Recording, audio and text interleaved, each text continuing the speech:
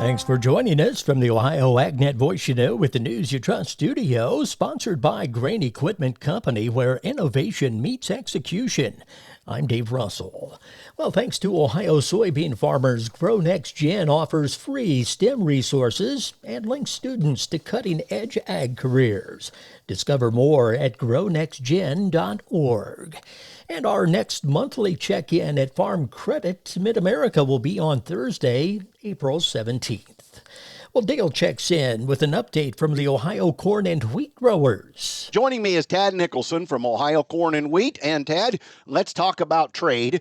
Are there some real discrepancies around the world that the tariffs might actually help us negotiate on the trade side, the big picture? Well, there certainly is, Dale. And, number one, trade is so important to agriculture, and it's just part of our fiber. It's really what helps us. When 95% of the world population lives outside of the United States, you got to trade. We are blessed with an abundant supply, and we can ship it all over the world. It does bring up the issue. There are some times when we have some trade deficits, but also just not fair trade. And here's the prime example. Brazil ethanol comes into the United States at a 2% tariff.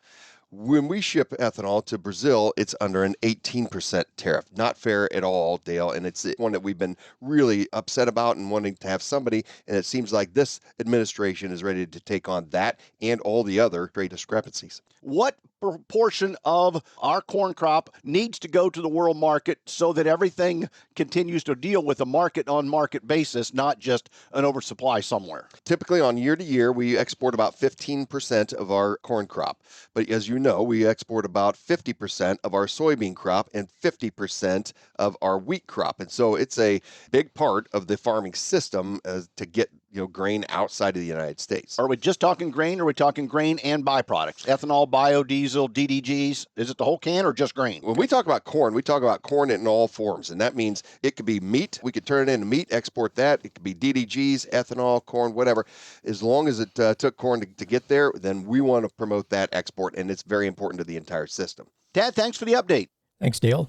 Well, Republican lawmakers in the U.S. Senate introduced legislation last week that would strike down California's animal welfare law created as a result of Proposition 12. The Food Security and Farm Protection Act, introduced by Senators Chuck Grassley of Iowa, Joni Ernst of Iowa, and Roger Marshall of Kansas, would prevent any state or local government from passing laws that interfere with commerce and agricultural practices outside their jurisdictions. Crush and imports were among the categories marking adjustments in the USDA's April U.S. soybean supply and demand estimate.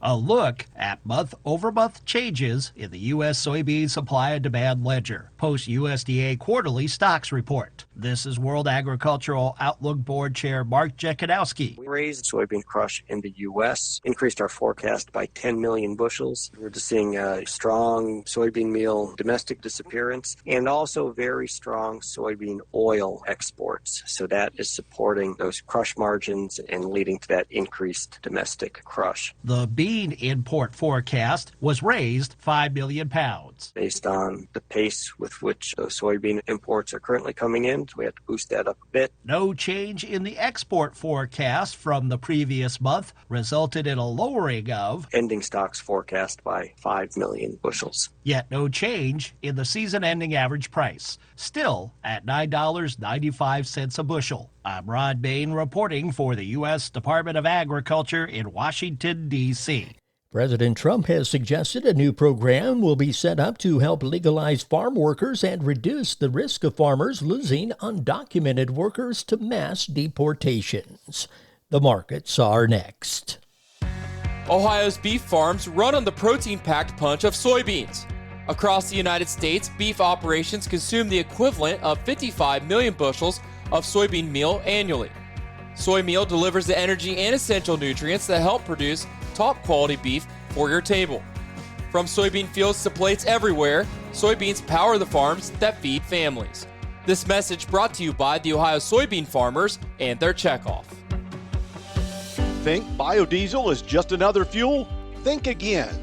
Biodiesel is Ohio innovation on the move. Clean, green, and built to keep diesel engines running strong. It's an engine booster, a soybean supporter, and an environmental champion all in one. Every gallon reduces emissions, strengthens Ohio farms, and powers your ride. Drive with purpose. Choose biodiesel. Learn how at soyohio.org. The market's brought to you by Seed Consultants. Simply better performance online at seedconsultants.com. At the Board of Trade, May corn $4.85 down 5 1/4. December corn $4.62 down 1.5 pennies. May beans $10.41 3/4 down 1 penny. November beans $10.28 1/2 up 3 cents. July wheat $5.61 3/4 down 8 1/2. At the Mercantile Exchange, April cattle $203.95 up $1.47. April hogs $85.47 up a nickel. May feeder cattle $280.95 up $2.25. This is the Ohio AgNet.